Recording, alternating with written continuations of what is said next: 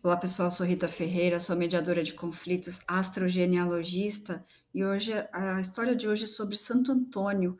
Por que que nós falamos sobre ele no dia 13 de junho todos os anos e um pouquinho da história por trás dessa data? Vamos falar um pouquinho dos principais fatos, né, da data de nascimento dele.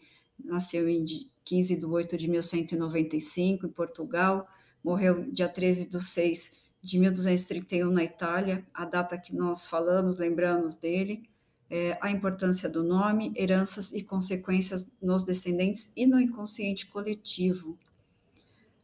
Ele entrou para o mosteiro aos 19 anos, e aqui é interessante ressaltar que o pai foi contra, né? Vamos falar um pouco do encontro dele com Francisco de Assis, algumas questões de saúde física e mental, dentre elas isolamento, circulação no cardíaco, e a morte aos 36 anos. Eu ressaltei aqui duas coisas importantes que eu achei nas minhas pesquisas sobre dom da palavra e a boa índole. Na visão sistêmica, nós colocamos isso como a boa consciência, que são os julgamentos, a moralidade construída dentro da família e que os buscadores ou os descendentes, para transformar as lealdades, as questões sistêmicas, precisam transformar. E aí ela se torna uma má consciência, quer dizer, o contrário do que nós trazemos do sistema. Aí eu ressalto aqui a influência da mãe e do tio, como o pai foi contra a vida monástica que ele escolheu, mas a mãe e o tio, que leva o nome dele, Fernando, foram os influenciadores dessa escolha. Pelo menos é o que conta a história. E vamos falar do isolamento, a circulação e o cardíaco. Eu trouxe um recorte aqui de algumas coisas que tem nas redes para falar sobre ele, e vou deixar na descrição do vídeo todos os links das fontes que eu pesquisei. E aí eu fiz esse recorte porque eu achei interessante, porque vai falar do que nós vamos ver no mapa astrogenealógico dele logo em seguida. Ele foi viver em Coimbra como sacerdote, ficou sabendo da história do martírio de 5 freis franciscanos que haviam sido assassinados no Marrocos. Determinado, ele tornou-se membro das Ordens dos Frades Menores de São Francisco, aos 25 anos, e foi viver no lugar dos freis mortos. Nessa época, abandonou o nome de batismo e começou a usar o nome religioso de Antônio. Pouco depois, teve febre, voltou a Portugal, mas a vida o levou à Itália. Porque esses lugares são importantes, a gente vai ver já no mapa dele, e aqui a gente tem também a questão de Leão, quando a gente vai falar da identidade, a pessoa escolhe ter, entre aspas, ela escolhe, por ser uma questão comum na Igreja Católica, a pessoa abdica da própria identidade para viver outra identidade de outra pessoa. E aqui a gente vai falar um pouquinho do que acontece, né? Então, aqui a gente tem o mapa dele de nascimento. Aí eu pontuei algumas coisas para vocês. A gente não vai levar em conta as casas, porque não temos a data precisa, tem até algumas divergências, então a gente não vai falar sobre o signo oculto e nem as casas, vou me ater só aos pontos principais que eu quero pontuar aqui para vocês, né? Então, a gente vai ter memórias de guerra, e isso também leva ele a se autorresponsabilizar pela questão dos casamentos. Quero começar já por aqui, para vocês observarem como os conflitos dentro da árvore, eles trazem muitas questões que a gente se autorresponsabiliza, e aqui é uma das coisas que eu pontuo para vocês. E aí tem também a lealdade aos irmãos, nascidos e não nascidos, e aí a perda da identidade e a simbiose pelo nome. Aí lembrando que ele traz o nome do tio, e quando a gente puxa pela árvore também vão ter outros Fernandos dentro dessa genealogia.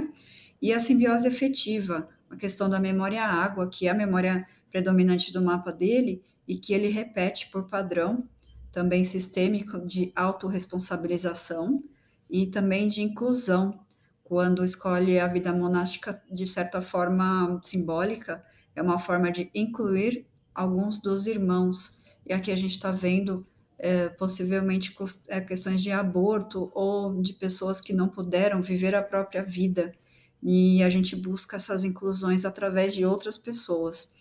E falando um pouquinho da religião, na visão sistêmica a gente vê a busca pelo pai idealizado como o Salvador, como o pai, né, que a gente não tem a estrutura pai, que eu venho falando sempre nos vídeos, ela é substituída, ela é preenchida por um pai através da religião, por exemplo, das ordens religiosas, e aqui a gente coloca como o início do processo que a gente trabalha como os salvadores da pátria, aqueles que estão sempre abdicando de algo, renunciando à própria vida para ajudar outras pessoas, que é uma forma de repetir padrões e também tem questões sistêmicas que a gente vai ver um pouquinho mais para frente.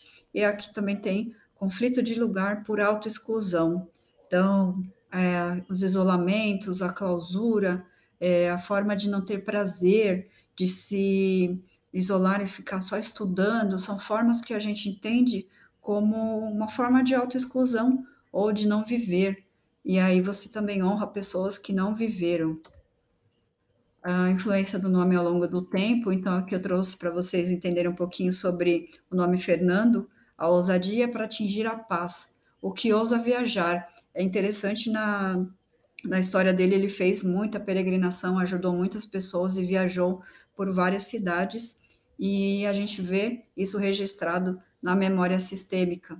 E aqui também pontua a questão de Leão, que vai falar muito das lealdades, é o quanto a gente honra a memória familiar, e aqui também tem vamos pontuar essa parte por memória de guerra, que é quando ele assume essa responsabilização dos casamentos, é uma forma também de salvar ou de integrar, de trazer, de incluir essas pessoas que por algum motivo dentro das guerras não puderam casar, não tiveram seus contratos de alma cortados, quebrados, que não puderam viver esses casamentos, e ele, por lealdade também a essa memória e essas pessoas, ele faz isso para catalisar as histórias dessas pessoas. A parte de salvar, de catalisar, é quando a gente observa quando existe um desequilíbrio entre uma vida monástica de abdicação e uma vida terrena, mais mundana. E aí algumas histórias dele trazem que ele era muito apegado ou era adepto a ajudar as meninas desde criança. Então, o que ele traz para essas mulheres e que depois, quando ele se torna monge e frei, ele vai repetindo, vai ajudando elas na parte do casamento. E aqui a gente explica onde estão essas memórias dentro do mapa dele. A popularização do nome de Santo Antônio, aí eu trouxe um pouquinho de história também, e aí a gente chega ao Egito no ano de 251, que tem uma figura de Santo Antônio Abade, e que era rico e perdeu os pais aos 20 anos, desfez-se da sua herança quando doando a quem precisava, e foi viver no deserto. E aqui de novo a gente traz a importância do nome, e quando ele assume, ele abdica ou deixa de usar o próprio nome que era do tio, e aí é sistêmico, é da árvore, é da genealogia, e aí ele assume o nome de Antônio e já puxa uma outra memória que é muito mais arcaica, é muito mais antiga, e aí a gente remete também às lealdades arcaicas invisíveis do signo de fogo, que são memórias ancestrais. Aqui a gente volta bastante no tempo para vocês entenderem o quanto nós repetimos ou nós trazemos na memória o nome da pessoa. Eu trouxe um pouquinho também sobre o sobrenome dele, que é Bulhões, e aí vem uma família portuguesa com origem francesa, e que o nome foi deturpado um pouquinho pelos portugueses, de Bulhão virou Bulhões, que pode ser traduzido como um nome próprio de Bulhos, ou um toponímico, que aí no caso da região da Mancha, na Normandia, na França, ou na Valônia, na Bélgica, nesse caso deriva de bulare, lugar pantanoso.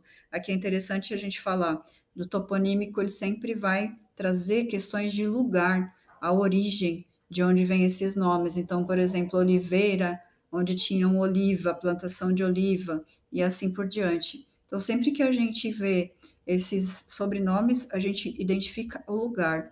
E aí, trazendo um pouquinho para a história dele, de tudo que a gente falou aqui, memórias de guerra, possivelmente tem a ver com os lugares onde elas aconteciam ao longo do tempo. Aqui a gente vai falar um pouquinho das consequências. Por que a gente fala tanto disso, né? Porque a gente tem que voltar ao passado e investigar as memórias que nós trazemos no nosso mapa de nascimento. porque isso reverbera em todos nós. E aí, esses países que eu citei aqui, Portugal, Itália, Bélgica, Egito, Brasil, todo esse contexto que eu trouxe no vídeo, ele vai reverberar no nosso DNA e todos nós, de certa forma, trazemos isso através do nome, através das histórias, dos avós, dos irmãos, das lealdades, da memória, de alguma forma nós trazemos e repetimos. Então, quando a gente investiga e trabalha e desenvolve, nós liberamos essas repetições. Aqui a gente vai falar dos salvadores que se tornam vítimas e vice-versa, que é aquele ciclo que precisa ser rompido, onde hoje eu sou a vítima e amanhã eu sou o salvador, e aí existe uma simbiose, uma cumplicidade e um ciclo tóxico de repetição. A gente vai falar pela memória água dos mortos do sistema, uma compensação de vidas não vividas, e aí trazemos as histórias dos contratos de casamentos, e a expiação por envolvimento em outras histórias, quando ele assume o papel de outra pessoa através do nome. E assim, quando a gente não tem a consciência, a gente acaba repetindo e vivendo vida de outras pessoas. Então, era isso que eu queria trazer para vocês. Espero que traga mais inquietações. Se você gostou do vídeo, curte, compartilha. Se você pensou em alguém que possa ressoar, compartilha para que a gente possa impactar mais pessoas.